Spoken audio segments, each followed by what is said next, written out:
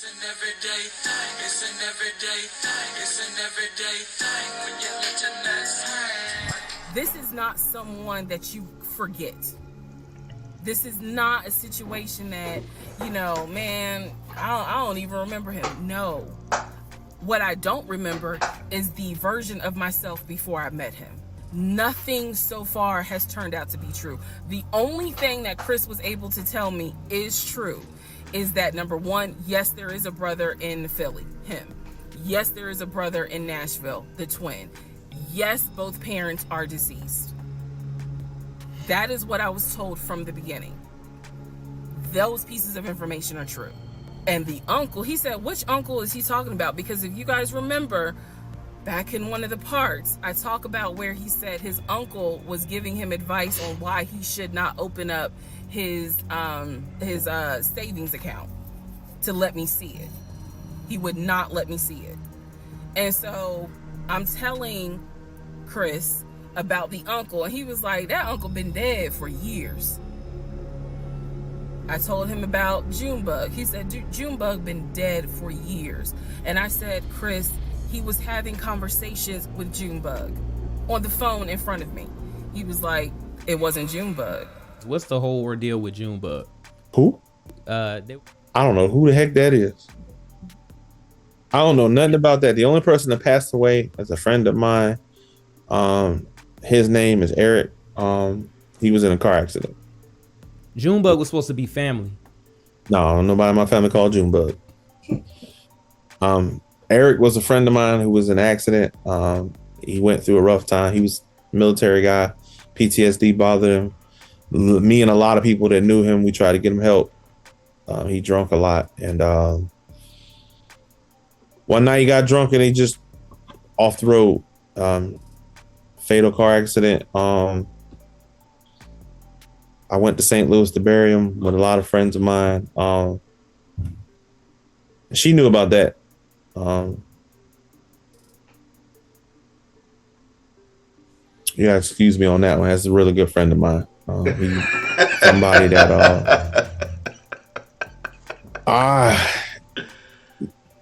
I gotta say, if I had to say best friend, he was one of them. He real supportive dude. He had a rough life, honestly. Alcohol. I have been dying to go to London and Paris.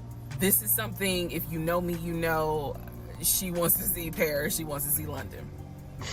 So I get home from work. This is the beginning of March. I get home from work, and on the counter is a folder with like a little bow on it. And I'm like, oh, what is this? Is this like mail? Like, was this something that you got at work? He's like, nah, it's a surprise for you. I open up the folder. Inside the folder is like a trip itinerary. It is not an actual booked trip. It's like an itinerary. A trip for two to go from Atlanta to London. So what about the London trip? Was the London trip ever promised? I never said nothing to her about going to London. Y'all never talked about going on a trip? Y'all never talked about going out the country or anything? Savannah. Back to Philly to see family. Never say anything about going out of the country. So where you think she's getting these things from then? Well, I read the story that the lady put up about her husband, and I'm getting the word that now that Teresa copied a lot of this story from this woman's story. But as far as her and I discussed, we never discussed it, not once. Where's she getting it from? Your guess is as good as mine. Or just to make her story sound better, I guess. Because that's all I can gather, because we never had those discussions. So when we got married, the first 2 weeks, like I said, was fine. And then it's as if something snapped. Totally acceptable before. Suddenly, little comments were made.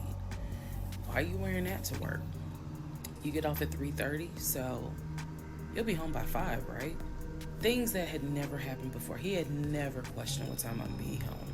When I'm off work, I leave. So, you know, he would call me every day from work, and I'm going to demonstrate how those phone calls went, but he would call me every day from work. And if he even so much as heard a male voice in the background, he would have little comments to make. Who was that? Are they in your office? You know, man, you know, I never know who's around you. It seems like every time I call you, there's some man around. Someone's wife approached me. One of her coworkers' wives approached me. I had just went to her job to take her to lunch. We went to lunch, went back, dropped her off, went on about my day. I was in the parking lot of her job. A woman approached me, she said she needed to talk to me. And at first I was like, who are you? What you want? She kind of told me a little bit, and she said, you really want to talk to me? I did follow her out of there because they worked at like it's a complex for Georgia State Patrol. Follow her out of the complex, follow her to a Burger King. We sat in the Burger King. She broke out her phone. She showed me like the teddy bear camera thing, and it's Teresa and her husband they having sex. It's like, and this ain't the first time she been there. This woman's chronicled through all of this. Now, when I found out about it, I didn't say nothing to her. I went on every day for about 2 weeks. I wrestled with how to say something to her. So the woman kept reaching out to me. Have you said something? Have you said something? So she said, I'm not going to wait. So she blasted her husband. I don't know. I think they got into a fight. I don't know the whole story. All I know is she put him out, and she called me and said, I'm on my way over to Teresa's house, excuse me.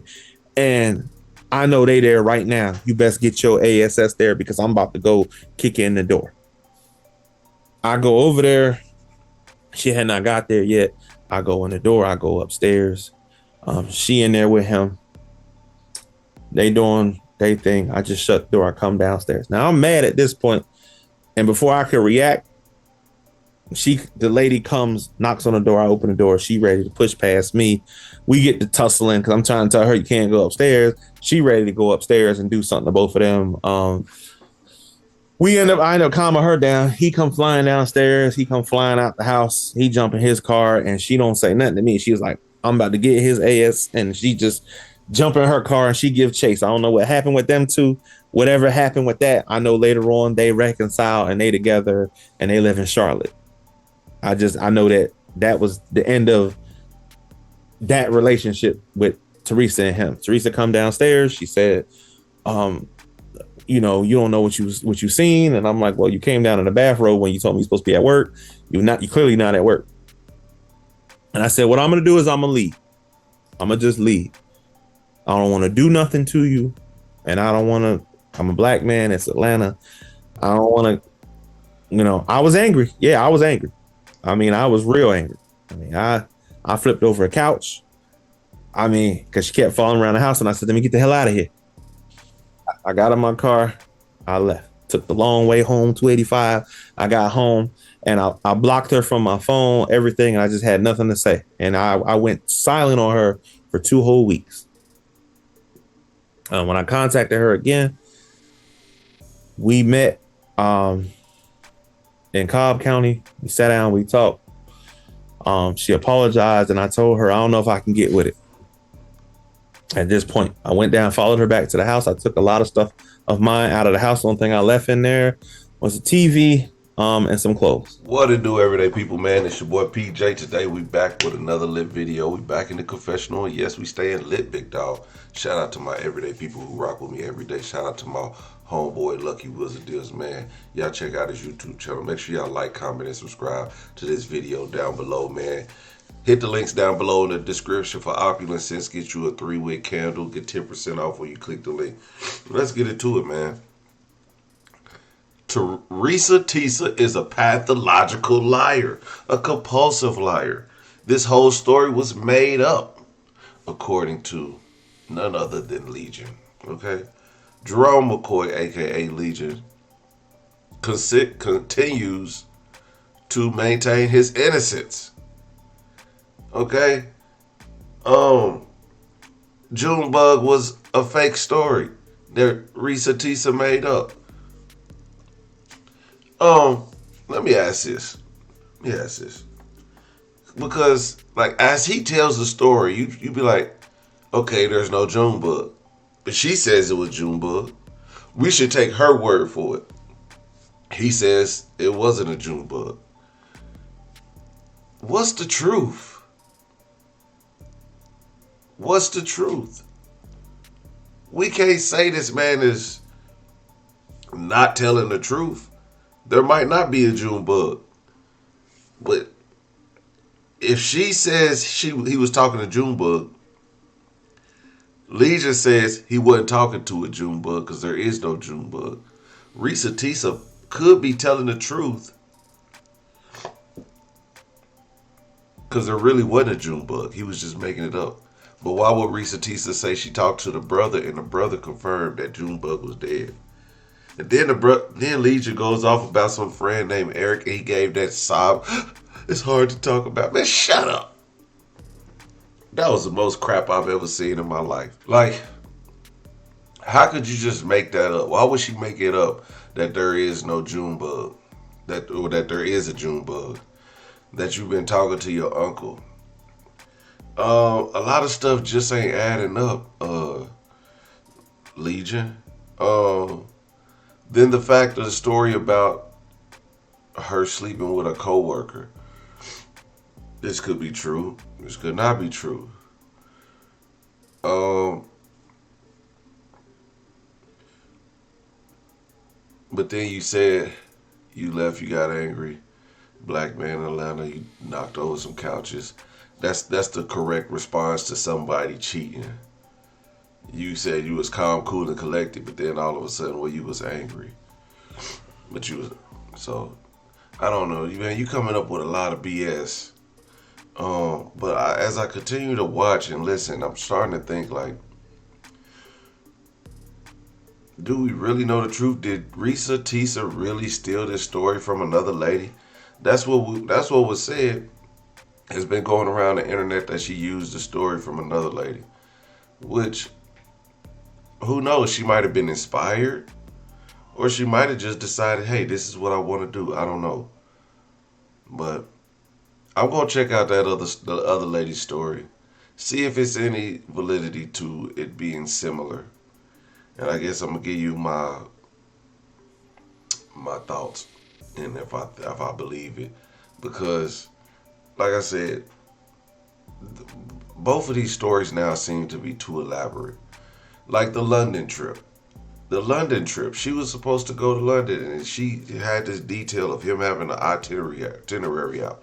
And then he comes back and said, never happened. We were going to go to Savannah, Philadelphia. Like, who are we supposed to believe? If he's saying it never happened, and he's saying it never happened, Teresa's giving specific details of what happened. He's saying, is he saying Teresa is a pathological liar, believing all this bull crap? He has his other wife there. I don't, man. There has to be more. Everyday people, let me know what y'all think in the comment section. Like, comment, subscribe. I'm gonna holler at you later. Peace.